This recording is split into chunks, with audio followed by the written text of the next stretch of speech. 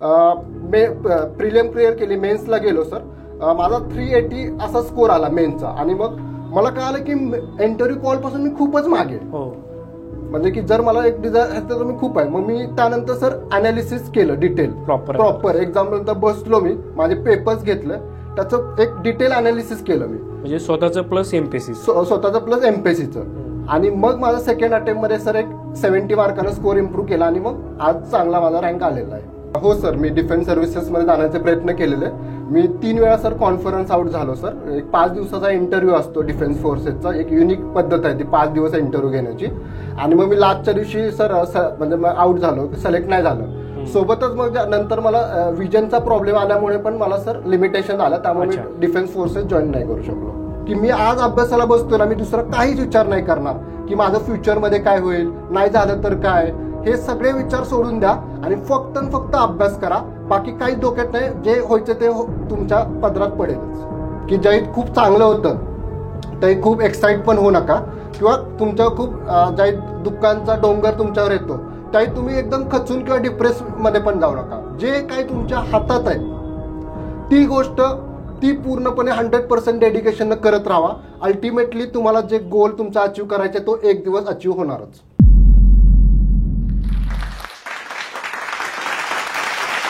असं म्हटलं जातं की यशा इतकं सुंदर काही नसतं, आणि यश हे केवळ नशिबाने मिळत नसतं, तर त्यासाठी लागते अपार मेहनत. विद्यार्थी मित्रांनो, इन्स्पायर टॉकच्या या प्लॅटफॉर्ममध्ये मी माधव जगताप तुम्हा सर्वांचं स्वागत करतो. आज एका आगळ्या वेगळ्या मुलाखतीमध्ये आपण भेटणार आहोत भूषण माणिक कदम यांना. खरं तर भूषण यांची नावाप्रमाणेच कामगिरी जी आहे ती भूषणावर ठरलेली आहे, कारण एमपीएससी मार्फत घेण्यात येणाऱ्या राज्यसेवे या परीक्षेच्या माध्यमातून त्यांना क्लास 1 अधिकारीचं पद आता मिळणार आहे. सर, त्याबद्दल तुमचं सर्वप्रथम अभिनंदन आणि आमच्या या प्लॅटफॉर्मवरती तुमचं सहर्ष स्वागत. सर, आता आपण बरेच ज्यावेळेस यश मिळतं आणि यश मिळाल्यानंतरची परिस्थिती ही सुद्धा आता वेगळी असेल, वेगवेगळ्या ठिकाणून तुम्हाला बोलवणं येत असेल, वेगवेगळ्या ठिकाणी तुमचे सत्कार समारंभ आयोजित केले जात असतील, आणि यावेळेस तुम्हाला वेगळे अनुभव सुद्धा आता कदाचित येत असतील. आणि अशा आल्यानंतर आपण बऱ्याच कहाण्या, बऱ्याच स्टोऱ्या इन्स्टा, रील, फेसबुक, युट्यूब अशा ठिकाणी पाहतो आणि बघतो, आणि त्यातून कुठेतरी इन्स्पिरेशन आपल्याला अपेक्षित असतं की आपल्याला आपल्या तयारीमध्ये ते मिळावं, म्हणून आपण त्या मुलाखतींकडे पाहतो. परंतु आजची मुलाखत, मी तुम्हाला खात्रीने सांगतोय, आजची मुलाखत ही वेगळी ठरणारी असणार आहे. जर ही मुलाखत तुम्ही बघत असाल तर तुमच्या स्पर्धा परीक्षेच्या तयारीमध्ये या मुलाखतीनंतर आमूलाग्र असे बदल येणार आहेत. तर विद्यार्थी मित्र, तयार रहा अशा आगळ्या वेगळ्या मुलाखतीसाठी, ज्यामध्ये भूषण सर हे आपल्याला सांगणार आहेत की या तयारीचा नेमका गाभा काय असतो. आणि तयारीमध्ये आता या परीक्षेचे वेगवेगळे टप्पे आहेत. त्या टप्प्यामध्ये पूर्वपरीक्षा आहे, त्यानंतर मुख्य परीक्षा आहे आणि मुलाखत आहे. या 3 टप्प्यांमधून आपल्याला जावं लागतं, आणि सगळ्यात महत्त्वाची तयारी असते ते म्हणजे या परीक्षेची तयारी घेण्याचा निर्णय. ही सुद्धा एक वेगळी परीक्षा असते. या सगळ्या प्रवासामध्ये भूषण सरांचा प्रवास आपल्याला कोरिलेट करता येईल आणि त्या माध्यमातून आपल्याला तयारी करणं शक्य होईल. सर, परत एकदा या प्लॅटफॉर्ममध्ये तुमचं स्वागत, आणि आता प्रत्यक्ष मुलाखतीला आपण सुरुवात करूयात. सर, मला जाणून घ्यायला आवडेल की स्पर्धा परीक्षेमध्ये येण्याआधी ज्यावेळेस तुम्ही विद्यार्थी दशेमध्ये होतात त्यावेळेस तुमचं शालेय शिक्षण कुठून झालं? सर, माझं शालेय शिक्षण आहे ते सैनिक स्कूल सातारामधून झालं. 6वी ते 12वी मी सैनिक स्कूल सातारामध्येच होतो. सर, सैनिकी स्कूलमध्ये जाण्याचा निर्णय हा कसा घेण्यात आला? सर, माझे वडील इंडियन आर्मीमध्ये होते. अरे वा. आणि मलाही लहानपणापासून आवड होती की मला डिफेन्स फोर्सेस जॉईन करायच्यात, त्यामुळे मग आम्ही असा निर्णय घेतला की सैनिक स्कूल जॉईन करायचं. म्हणजे घरामध्येच ती पार्श्वभूमी आणि ती परंपरा असणं, तो वारसा असणं, यातून तुम्हाला त्या युनिफॉर्म सर्व्हिसची आवड निर्माण झाली आणि तुम्ही तो निर्णय सैनिकी स्कूलमध्ये जाण्याचा घेतला. तर कितवीपासून कितवीपर्यंत तिथं तुम्ही होता? मी 6वी ते 12वी पर्यंत सैनिक स्कूल साताराला होतो. सर, सैनिकी स्कूल आणि इतर शाळा यांच्यामध्ये काय बदल आहे म्हणजे नेमका? यामध्ये आहे की खूप कमी एजमध्ये तुम्ही घरांपासून लांब राहता, तर तुम्ही लवकर रिस्पॉन्सिबिलिटी घ्यायला शिकता, आणि तुमच्यात एक अडॅप्टिबिलिटी असते ना, मिळून मिसळून राहणे किंवा काही छोट्या मोठ्या गोष्टी असतील त्या समजून घेणे, ते लवकर येतं. आणि सर्वात इम्पॉर्टंट गोष्ट म्हणजे मला सैनिक स्कूलची वाटते की लिडरशिप रोल आहे ना, हा सैनिक स्कूलमध्ये खूप कमी वयात दिला जातो मुलाला. त्यामुळे तो लहानपणापासूनच त्यात एक लिडरशिप क्वालिटीज डेव्हलप होतात, आणि एक डायव्हर्स गोष्टींचं त्याला एक्सपोजर पण दिलं जातं. म्हणजे की डिबेट कॉम्पिटिशन असतात, परत स्पोर्ट्स वेगवेगळे, व्हॉलीबॉल, बास्केटबॉल, स्विमिंग, हॉकी असे वेगवेगळे स्पोर्ट्स असतात. अशा वेगवेगळ्या ऍक्टिव्हिटीचं पण तिथे एक्सपोजर भेटतं. त्यामुळे एक होलिस्टिक पर्सनॅलिटी एक ग्रूम व्हायला एक सैनिक स्कूल साताराचा खूप मोठा रोल आहे. सर, म्हणजे मूलतः प्रशासकीय अधिकारी होण्यासाठी जी गुणवैशिष्ट्ये लागतात ती गुणवैशिष्ट्यांचं ती पायाभरणी त्या तुमच्या सैनिकी शाळेमध्ये झालेली आहे, आणि हे चांगलं आहे खरं तर. आणि मग त्यानंतर 12वी नंतर तुम्ही ग्रॅज्युएशन कुठून केलं? ग्रॅज्युएशन मी आहे की कराड गव्हर्नमेंट आहे, तिथून मी सिव्हिल इंजिनिअरिंग केलं सर. ओके, सिव्हिल इंजिनिअरिंग तुम्ही केलं. Yes, sir. मग सिव्हिल इंजिनिअरिंग करण्यामागे सिव्हिल इंजिनिअरिंगच का बरं? म्हणजे मला असं होतं की बेसिकली फील्ड वर्क करायचं होतं आणि मला असं वाटलं की सिव्हिल इंजिनिअरिंग अशी फील्ड आहे की तिथं फील्ड वर्क असतं आणि सोबतच मला असंही वाटलं की वेगवेगळे जे डायव्हर्स ऑप्शन्स असतात ते सिव्हिल इंजिनिअरिंग ह्या फील्डमधनं मला भरपूर भेटतील. त्यामुळे मी असं विचार केला की मी सिव्हिल इंजिनिअरिंग करेन. बरोबर आहे. आणि आता साताऱ्याला हे खरं तर सैनिकांची भूमी असं म्हटलं जातं. शिवछत्रपतींच्या पदस्पर्शाने पावन झालेली भूमी आहे. या महाराष्ट्राच्या कार्यकर्तृत्वाचा एक जी प्रेरणा आहे त्या भूमीतून येते.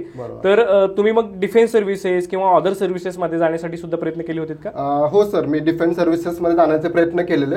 मी 3 वेळा सर कॉन्फरन्स आउट झालो सर. एक 5 दिवसाचा इंटरव्ह्यू असतो डिफेन्स फोर्सेसचा, एक युनिक पद्धत आहे ती 5 दिवस इंटरव्ह्यू घेण्याची. आणि मग मी लास्टच्या दिवशी सर म्हणजे आउट झालो, सिलेक्ट नाही झालं. सोबतच मग नंतर मला विजनचा प्रॉब्लेम आल्यामुळे पण मला सर लिमिटेशन आलं, त्यामुळे मी डिफेन्स फोर्सेस जॉईन नाही करू शकलो. आणि मग तुम्ही स्पर्धा परीक्षा करण्याचं? Yes sir.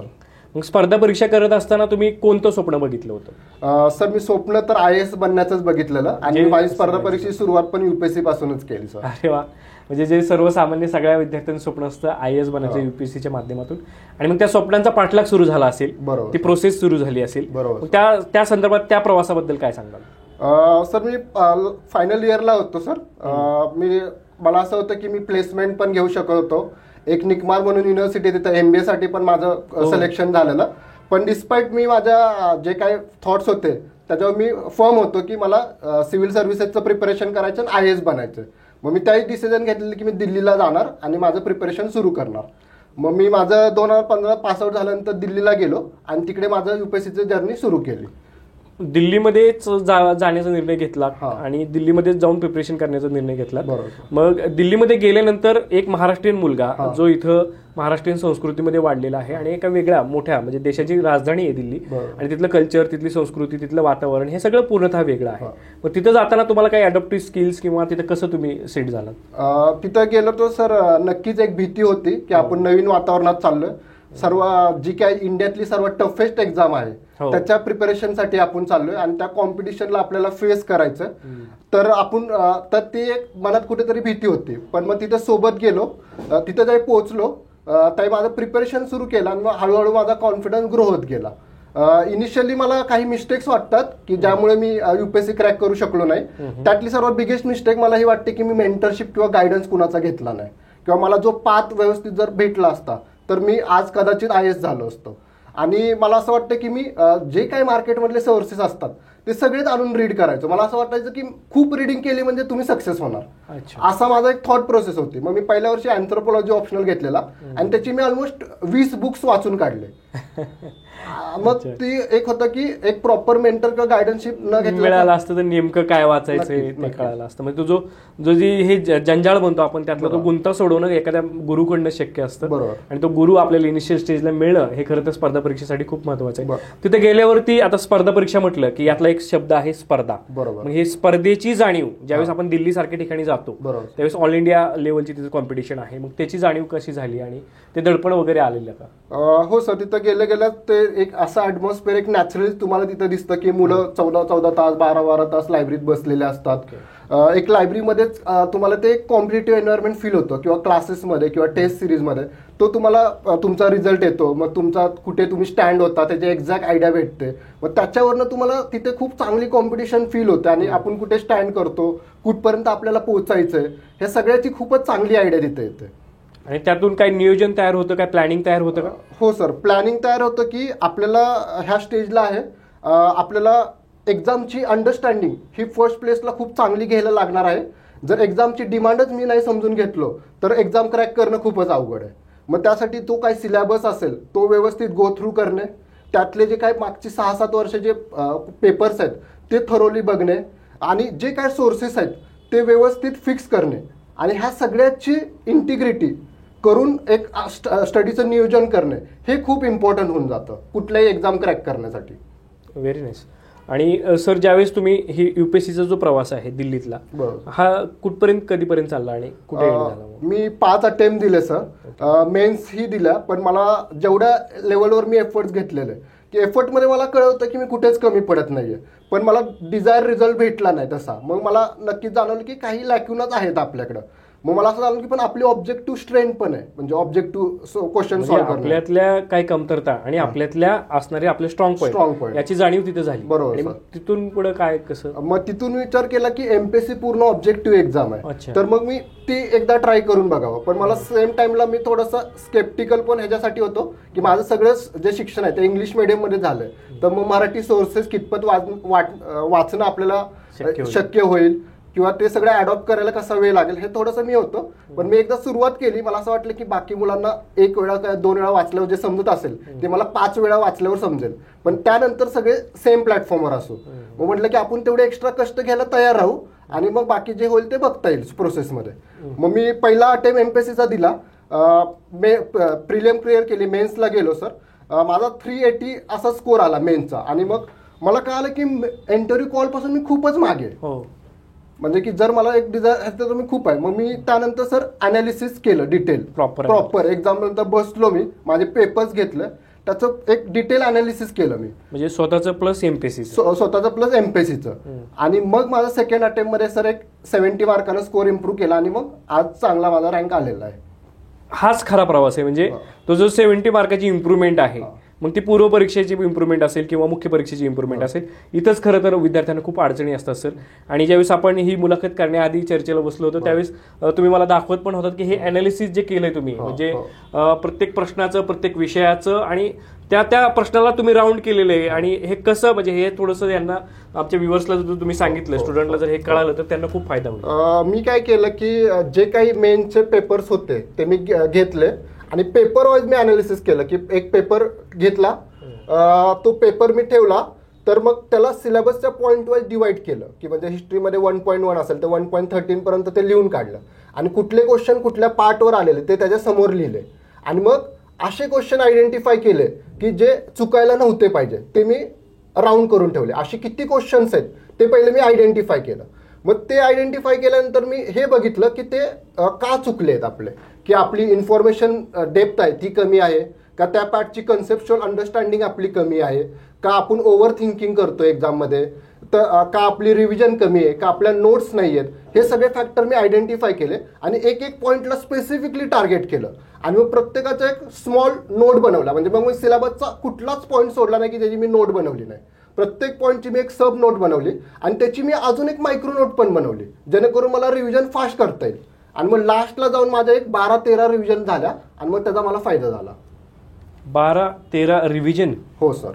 म्हणजे जिद्द, चिकाटी, मेहनत, परिश्रम हे सगळे बोलतात, पण हे नेमकं जिद्द, चिकाटी, परिश्रम काय असतात, परिश्रम म्हणजे नेमकं काय हे कुणीही कधी बोलत नाही. आणि भूषण सर खूप चांगल्या पद्धतीने तुम्ही इथे एक्सप्लेन केलं, त्याबद्दल परत एकदा धन्यवाद. मला सांगा, रिव्हिजनचं महत्व या MCQ टाईपच्या एक्झाममध्ये किती आहे? सर रिव्हिजनचं महत्व खूपच आहे. म्हणजे एक रँक 1 आणि जो सिलेक्ट होत नाही त्यात काय जो फरक आहे तो फक्त रिव्हिजन वाटतो.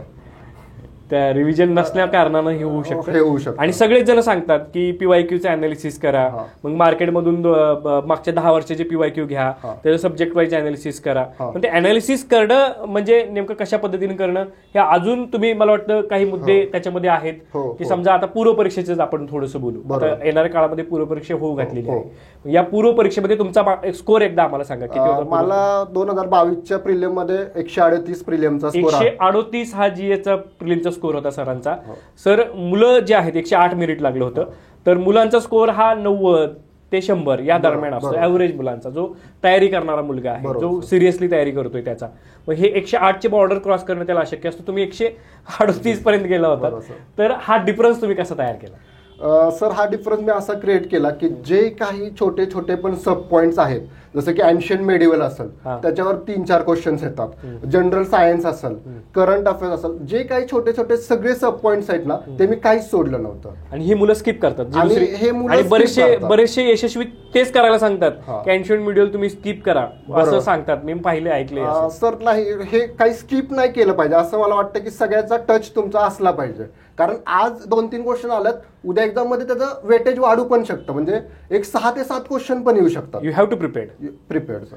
म्हणजे जो काही सिलेबस दिलेला आहे तुमचं ते एक वाक्य सुद्धा तुम्ही मला बोलून दाखवलं होतं. काय ते वाक्य होतं सिलेबसच्या बाबतीमध्ये तुम्ही लिहिलंय त्या तुमच्या वहीमध्ये? सिलेबस घोळून पिला पाहिजे. घोळून पिला पाहिजे.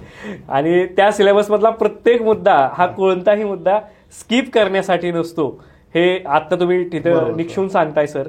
आणि खरं तर विद्यार्थ्यांनी हे फार सिरियसली घेतलं पाहिजे. आता परत या प्रिलिमच्या विषयानुसार आपण थोडंसं बोलू. या विषयामध्ये हिस्ट्री असेल, जिओग्राफी असेल, पॉलिटी असेल, हे आर्ट्स फॅकल्टीचे विषय आपण बोलतो.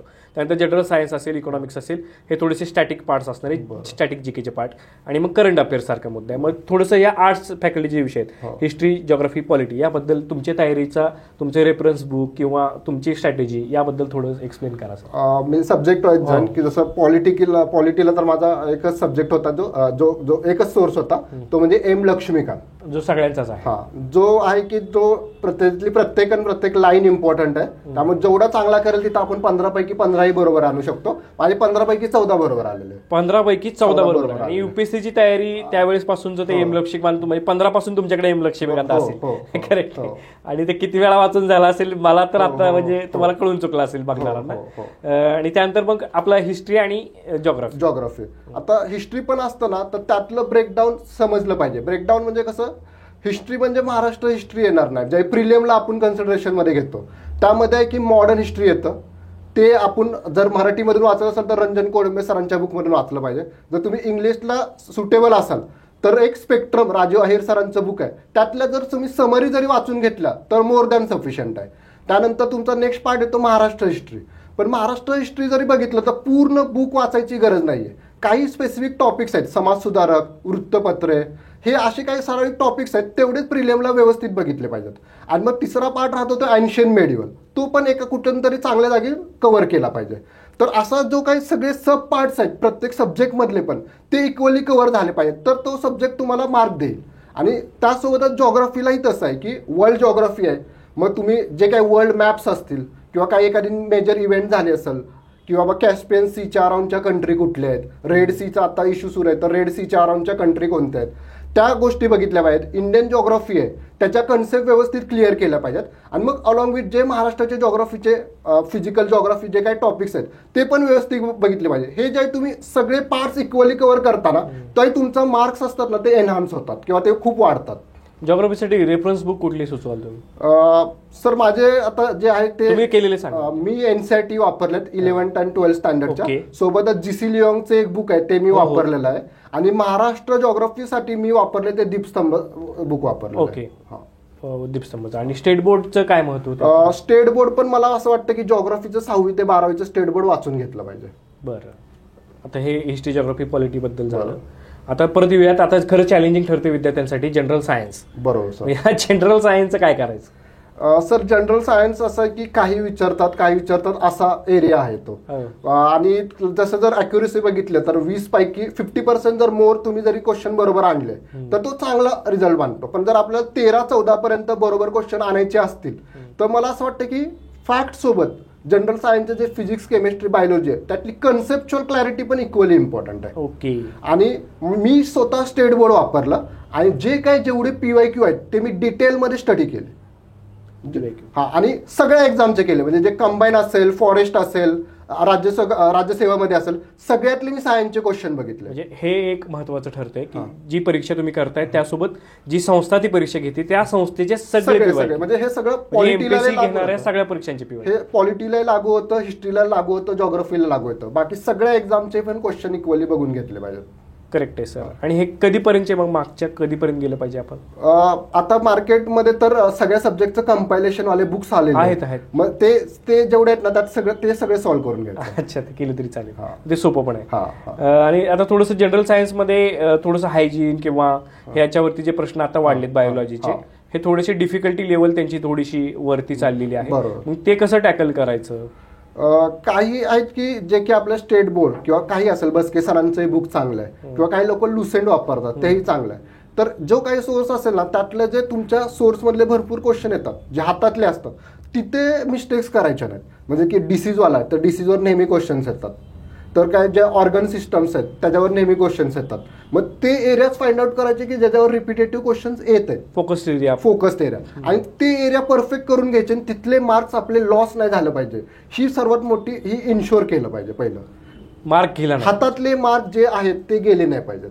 हे सर्वात पहिली स्टेप पाहिजे. आणि तिथून पुढे मग आपण व्हॅल्यू एडिशनला गेलो पाहिजे की आपल्याकडे आहे टाइम. जर मला असं वाटलं की एखादा एक्स्ट्रा सोर्स वाचून जर मी 1-2 मार्क माझे एनहान्स करू शकतोय तरच मग त्याला गेलं पाहिजे.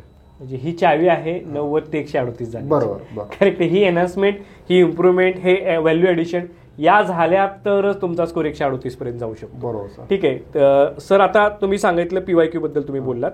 तुमची एक स्वतःची थिअरी सुद्धा होती पीवायक्यू अनालिसिस करण्याची. ज्यावेळेस तुम्ही पीवायक्यू समजा आपण जनरल सायन्सचे तुम्ही घेतलेले, तर त्या पीवायक्यू करत असताना तुम्ही कशा पद्धतीने त्याचा अप्रोच होता आणि कसं अनालिसिस तुम्ही करायचं? पीवायक्यू सांगतात की भरपूर लोक अनालिसिस करा, पण पीवायक्यू अनालिसिस करण्याच्या खूपच स्टेजेस आहेत आणि त्या सगळ्या स्टेजेसमधनं तुम्ही जाणं खूप इम्पॉर्टंट असतं. लाईक की पहिली सर्वात कॉमन स्टेज मला जी वाटते की तुम्ही पहिलं बघा की कोणत्या पार्टवर किती क्वेश्चन येतात, पॉलिटीवर किती येतात, हिस्ट्रीवर किती येतात, जॉग्राफीवर किती येतात. ही सर्वात बेसिक स्टेप झाली. त्यानंतर तो सब्जेक्ट घेतला तर त्या सब्जेक्टच्या कुठल्या सब टॉपिकवर क्वेश्चन्स येतात, ही दुसरी स्टेप झाली. मग जर समाज सुधारकवर क्वेश्चन भरपूर येतात तर मग त्यातले पण कुठले पर्टिक्युलर समाज सुधारक आहेत त्यावर क्वेश्चन्स येतात. मग त्यातले पण किती म्हणजे इन्फॉर्मेशन डेप्थ किती आहे, किती इन्फॉर्मेशन डेप्थवर जाऊन ते क्वेश्चन विचारत आहेत हे पण तुम्ही बघितलं पाहिजे. आणि मग सिलेबस, पीवायक्यू, तुमचा सोर्स, ह्या सगळ्याचं मग मिश्रण केलं पाहिजे. आणि मग जेवढ्या वेळा तुम्ही तुमचे पीवायक्यू डोळ्यासमोर ठेवाल तेवढं तुम्हाला त्याच्यातनं जास्त काही ना काहीतरी नवीन फाइंड आउट होत राहतं. नेहमी दरवेळी तुम्हाला काहीतरी नवीन भेटतं. सोबत आपण काय करतो, सॉल्व्ह करतो, ते आन्सर भेटतं, पण बाकीचे 3 ऑप्शन्स आहेत त्या पीवायक्यू मधले, ते नावं कोण आहेत, ते कोणत्या फील्डशी रिलेटेड आहे, ह्याची पण इन्फॉर्मेशन फाइंड आउट करून तिथं पेपरवर लिहून ठेवली पाहिजे. म्हणजे ही तुमची स्वतःची एक नोट्स तयार केलेली होती तुम्ही. त्या नोट्सच्या मध्ये ह्या सगळ्या गोष्टी मेन्शन करत गेलात आणि ते खरं व्हॅल्यू एडिशन. बरोबर ना? आता मला आता परत थोडंसं वेगळं आपण मुद्द्याकडे येऊ. आता हे सगळं करण्याची किंवा तुमची जी दिनचर्या आहे, म्हणजे तुमचे काहीतरी दिवस उजडल्यापासून ते रात्री लायब्ररीमध्ये बसण्यापर्यंत त्या सगळ्या गोष्टी, हे कसं होतं? सर मी असं होतं की सकाळी उठायचो एक 5:30 ते 6च्या अराउंड प्रॉपर. हो सर. आणि कारण स्कूलची सवय होती. आणि मग प्रॉपर सर काहीतरी फिजिकल ऍक्टिव्हिटी करायचो की रनिंग करून यायचो. असं होतं. ती सवय तुम्ही सोडलीच नाही? ती बऱ्यापैकी म्हणजे मॅक्सिमम ट्राय करायचो कारण ते मला एक एनर्जी बूस्टअप टाईप होतं ते. अच्छा. आणि मग त्यानंतर मग मी आवरून एक 7:30 पर्यंत लायब्ररीत पोहोचायचो. 7:30. मग 7:30 ते 1:30 वाजेपर्यंत सकाळचा माझा एक सेशन असायचा. आणि मग मी 1:30 ते 3 ब्रेक घ्यायचो, लंच आणि जे काय दुपारची रेस्ट असेल. 3 ते 5:30 माझा दुसरा सेशन असायचा. आणि मग 5:30 ते 6 टी ब्रेक आणि बरं 6 ते रात्री 11 एक सेशन. आणि समजा आता तुम्ही मेन्स देताय किंवा तुमची कुठली तरी एखादी एक्झाम आहे की जे पुढच्या 2 महिन्यामध्ये आहे, मग याच्यामध्ये काय बदल, काय एक्सटेन्शन व्हायचं किंवा तुम्ही मग करताना प्लॅनिंग कसं करायचं की हा विषय इतक्या दिवसात संपवायचा? समजा पॉलिटी घेतलाय, लक्ष्मीकांत घेतलं, तर त्याला कसं तुम्ही म्हणजे या सेशन जे आहेत तुमचे 1-2-3 सेशन्स, यामध्ये विषय वेगवेगळे असायचे की एकच विषय घेऊन संपूर्ण बाजूला काढायचं? नाही, मी एकच सब्जेक्ट घ्यायचो आणि त्याचा डायरेक्ट फडशा पाडायचो. म्हणजे की 3-4 दिवसात तो संपला पाहिजे किंवा वॉटेवर माझं जे प्लॅन ठरलेला आहे त्यात तो कव्हर करायचा. आणि यामध्ये स्टेज सोडवणं असेल, पीवायक्यू अनालिसिस असेल, रेफरन्स बुक हाताळणं असेल, नोट्स तयार करणं असेल, हे कसं असायचं या सेशनमध्ये? सर कसं होतं की मी एक जो मॉर्निंग सेशन असायचा तो मी आहे की फ्रेश रिडिंगसाठी ठेवायचो.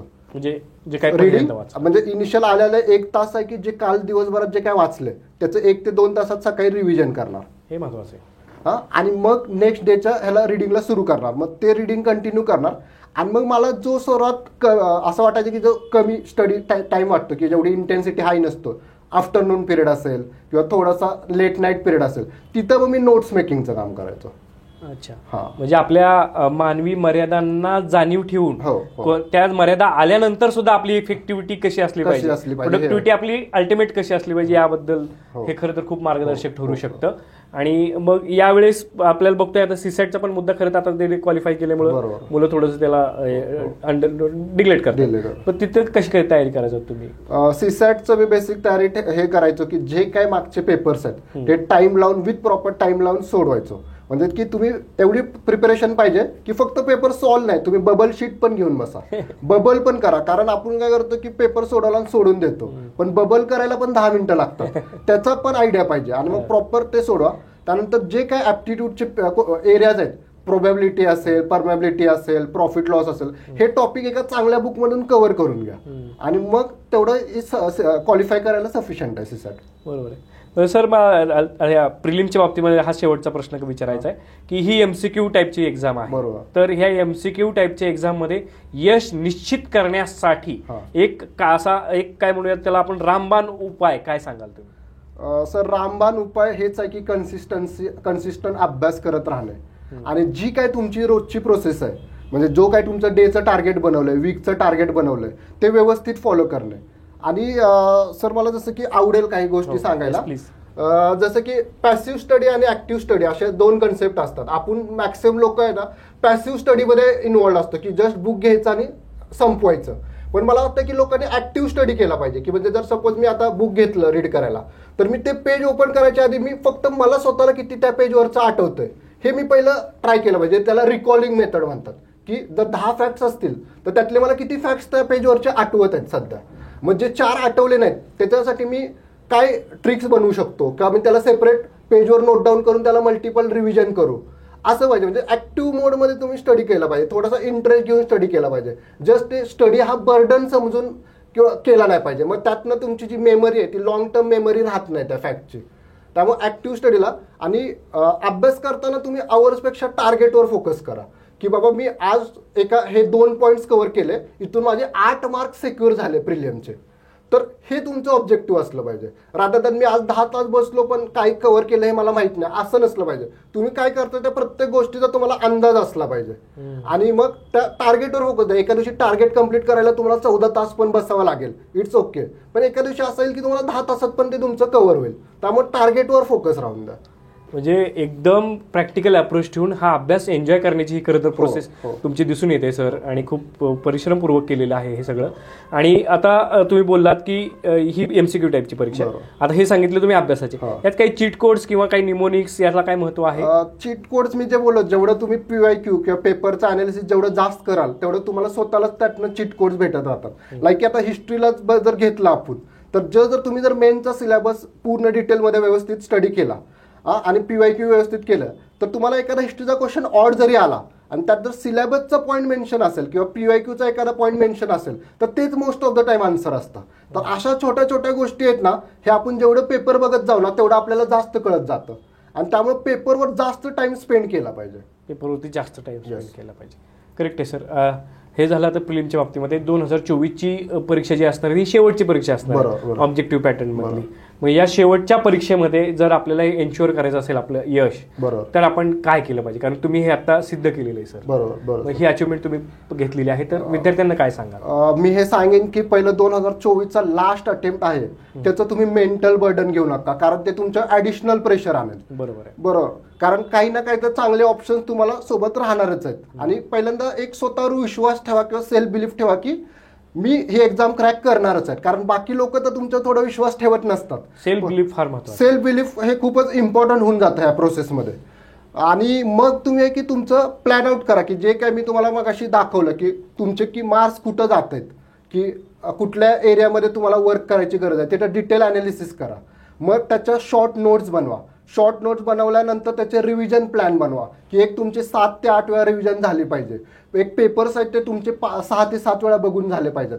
एक असे तुमचे डेचा प्लॅन असेल, वीक असेल, क्वार्टरली असेल, इयरचा, असं एक पूर्ण प्लॅन तुम्ही बनवून ठेवा की 31 डिसेंबरच्या संध्याकाळी 5 वाजेपर्यंत तुम्हाला पूर्ण इंटेन्सिटीनं अभ्यास करायचा आहे. हेच फक्त डोक्यात राहिलं पाहिजे. आणि जी काय तुमची डेली प्रोसेस आहे तिला पूर्ण जस्टिस द्या की मी आज अभ्यासाला बसतोय ना, मी दुसरा काहीच विचार नाही करणार की माझं फ्युचरमध्ये काय होईल, नाही झालं तर काय, हे सगळे विचार सोडून द्या आणि फक्त अभ्यास करा. बाकी काहीच डोक्यात नाही, जे व्हायचं ते तुमच्या पदरात पडेलच. नक्की. आणि पडलेले रिझल्ट आपल्या समोरच आहे.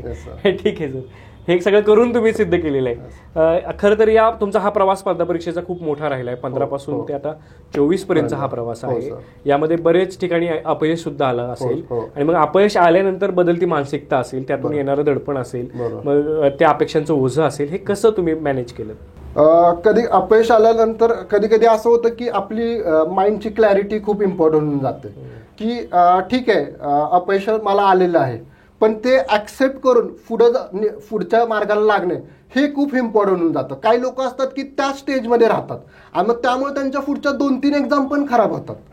मग तुम्ही जर त्या प्रोसेसमधनं त्या फेलियरमधनं जेवढं लवकर बाहेर पडाल आणि पुढच्या मार्गाला लागाल किंवा पुढच्या एक्झामला टार्गेट कराल तेवढे तुमचे चान्सेस जास्त वाढतात. आणि मग सर्वात इम्पॉर्टंट हा फॅक्टर होऊन जातो की एका चांगल्या मेंटर किंवा गाईडशी बोलत राहणे, सतत एक चांगले पॉझिटिव्ह मित्र आहेत त्यांच्याशी बोलत राहणे आणि सर्वात important regular self positive talk करणे. सकाळी उठल्यापासून मी म्हणजे माझी ही स्ट्रॅटेजी आहे की मी उठतो, आवरतो आणि लायब्ररीला जाण्याच्या आधी मी मिरर समोर उभा राहतो आणि माझी स्वतःशीच एक 2-5 मिनिटं बोलतो पॉझिटिव्ह आणि की बाबा आणि मग स्वतःला मग रेडी करतो आणि मग मी लायब्ररीला निघतो. हे थोडंसं सांगता येईल उदाहरणार्थ, हा समजा हा मिरर आहे, काय बोलाल तुम्ही? समजा मी स्वतःला जे काही मी लहानपणापासून अचीव्ह केलंय, माझ्या काही स्ट्रेंथ्स असतील की बाबा की मी कॉलेजमध्ये असताना आता मला बेस्ट आउटगोईंग स्टुडंट भेटलेलं, मी सैनिक स्कूल सारखी एंट्रन्स एक्झाम क्लिअर केली किंवा माझे काही बाकी स्कॉलरशिपचे सक्सेस असतील, हे मी स्वतःला ऐकवतो एकदा की आपण जरी आत्ता फेलियर असेल तर आपण स्टुडंट आहे, म्हणजे आपल्याकडे खूप चांगले स्ट्रेंथ आहेत, आपण हार्ड वर्किंग आहे, आपण कन्सिस्टंट आहे, आपली जे काही प्रोसेस आहे त्याला आपण पूर्ण जस्टिस देतोय. आणि मी हे सगळं मी स्वतःला ऐकवतो आणि बोलतो की मी जर बिलीव्ह केलं तर मी नक्कीच हे एक्झाम क्रॅक करीन. आणि ते बिलीव्ह आणणं मी खूप इम्पॉर्टंट आहे आणि त्या इंटेन्सिटीनं जर मी अभ्यास केला तर तो माझ्यासाठी खूपच हेल्पफुल राहील आणि मग मी ते प्रोसेस सुरू करतो. क्या बात आहे सर. म्हणजे स्वतःवरचा विश्वास हा स्वतःला सांगावा लागतो आणि स्वतःला हे रोज सांगावं लागतं. लक्षात ठेवा, या प्रत्येक जो ह्युमन आहे त्या ह्युमनच्या बाबतीमध्ये हे घडतंच की त्याला कधीतरी डिप्रेशन येणारच आहे, कधीतरी तो स्वतःचा सेल्फ बिलीफ हलवून बसणार आहे, त्याचा आत्मविश्वास कुठेतरी जाणार आहे, बरेच न्यूनगंड तयार होणार आहेत, हे ओझं तयार होणार आहे. ओझं हे रोजच्या रोज हलकं करत गेलं पाहिजे. ते जर तुम्ही रोजच्या रोज साचतं ठेवलं तर ते खूप मोठं होऊन जाईल आणि त्याखाली आपण दबले जाऊ. करेक्ट आहे सर. हे रोजच्या रोज तुम्ही करण्याचा सल्ला दिलात, तो सल्ला खरं तर फार महत्वाचा ठरतोय. मग यामध्ये मोटिवेशन प्रोसेस अजून मी डेच्या एंडला फॉलो करतो की मी 10 मिनिटं एक पॉझिटिव्ह व्हिज्युअलायझेशन पण करतो झोपायच्या आधी. की म्हणजे की डे मध्ये मी माझा दिवस कसा स्पेंड केला, की म्हणजे कुठे कुठे मी अभ्यासाची इंटेन्सिटी माझी कशी होती, उद्या मी अजून कशी इम्प्रूव्ह करू शकतो, ह्या फॅक्टरवर इम्प्रूव्ह करू शकतो. आणि मग मी माझी जी प्रोसेस आहे मी ती चांगली फॉलो करत आहे. डे बाय डे माझा जी काय आउटकम आहे तो चांगला इम्प्रूव्ह होत चाललेला आहे आणि ह्याचं फायनल जे कल्मिनेशन आहे ते चांगल्यात होणार आहे. मग मी स्वतःला इमॅजिन करतो की पीडीएफ मध्ये, म्हणजे मी इमॅजिन करायचो की पीडीएफ मध्ये एक दिवस आपलं नाव असणार आहे. हे असं टोटल मी ते सगळं हे व्हिज्युअलायझेशन करायचं आणि मग झोपी जायचो. अरे वा, खूप छान सर. म्हणजे हे व्हिज्युअलायझेशन, ही सकारात्मकता, ही पॉझिटिव्हिटी, ही सुद्धा तुमच्या त्या अभ्यासासाठी लागणारे जे फ्युएल म्हणतो आपण, जी एनर्जी लागते ते त्यासाठी गरजेची आहे. आणि विद्यार्थी हे पण मिस करतात आणि त्यामुळं बरेच डिप्रेशनमध्ये जाण्याची शक्यता वाढतात. तर खूप चांगल्या पद्धतीने हे तुम्ही एक्सप्लेन केलं सर. आणि या प्रवासामध्ये अगदी पूर्वपासून मुख्यपर्यंत आपण बोललो. आता इंटरव्ह्यूकडे आपण येतोय, मुलाखतीकडे येतोय, जो या परीक्षेचा अंतिम टप्पा आहे. आणि या टप्प्यामध्ये सुद्धा तुम्ही चांगलं अचिव्हमेंट तुमच्या आहेत. तर यामध्ये पर्सनॅलिटीच्या अनुषंगानं, व्यक्तिमत्वाच्या अनुषंगानं कसं आपल्याला तयार करावं लागतं?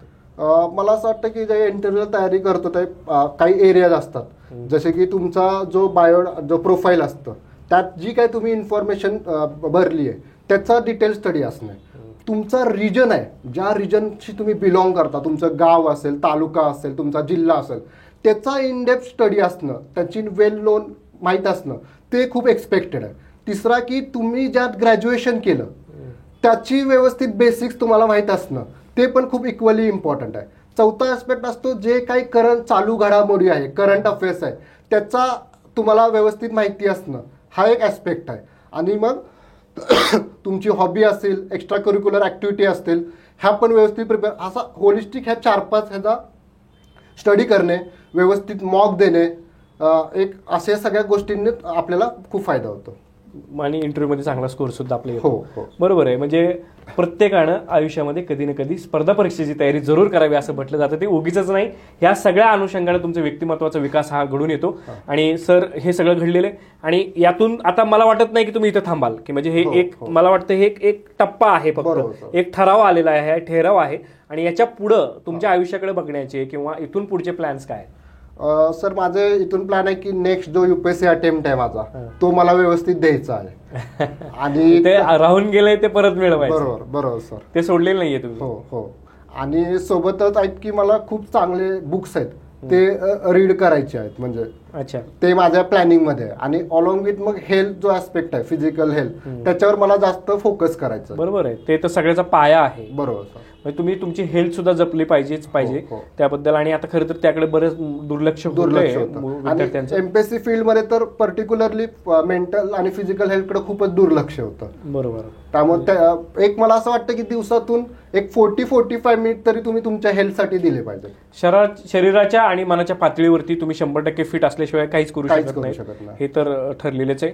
आता सर, आपण या मुलाखतीच्या शेवटाकडे आलेलो आहोत. आता शेवट करत असताना तुम्ही युपीएससी करत होतात, एमपीएससी केलीत, यातून चांगले यश मिळवलं आणि युपीएससी करत असताना फिलॉसॉफी सारखा विषय तुम्ही अभ्यासलेला आहे. तर ही जगण्याची फिलॉसॉफी म्हणून तुम्हाला काय सांगायचं आमच्या सगळ्या विद्यार्थ्यांना? जगण्याची फिलॉसॉफी म्हणून हे सांगेल की एक तर मला अरिस्टॉटल फिलॉसॉफरची गोल्डन मीन्स रूल एक होता, आणि सोबतच बुद्धिझमचा प्रतितसुमत पाथ नावाची एक थेअरी होती. म्हणजे की तुम्ही मिडल पाथ मेंटेन केला पाहिजे. मिडल पाथ म्हणजे की तुमच्यावर जे की तुमचे स्ट्रगल्स येत राहणार लाईफमध्ये किंवा तुम्हाला प्रॉब्लेम्स येत राहणार, पण ते सगळे साईडला करून तुम्ही एक स्टेबल माइंडने किंवा एक ह्यानं तुम्ही तुमचं काम करत राहणं हे सर्वात इम्पॉर्टंट असतं ह्या प्रोसेसमध्ये. आणि त्या फिलॉसॉफी ते सांगतात की ज्यात खूप चांगलं होतं ते खूप एक्साइट पण होऊ नका, किंवा तुमच्यावर खूप ज्यात दुःखांचा डोंगर तुमच्यावर येतो त्यात तुम्ही एकदम खचून किंवा डिप्रेसमध्ये पण जाऊ नका. जे काही तुमच्या हातात आहे ती गोष्ट ती पूर्णपणे 100% डेडिकेशननं करत राहा. अल्टिमेटली तुम्हाला जे गोल तुमचा अचीव करायचा तो एक दिवस अचीव होणारच. नक्की होईल. तर विद्यार्थी मित्र हो, अशाच प्रकारची विचारांची स्पष्टता आणि आपल्या जगण्याची स्पष्टता देणारे व्हिडिओज आपल्याला याच प्लॅटफॉर्मवरती बघायला मिळतील. हा व्हिडिओ आवडला असेल तर जास्तीत जास्त विद्यार्थी मित्रांपर्यंत शेअर करा, व्हिडिओला लाईक करा आणि आपल्या चॅनलला सबस्क्राईब करायला विसरू नका. धन्यवाद.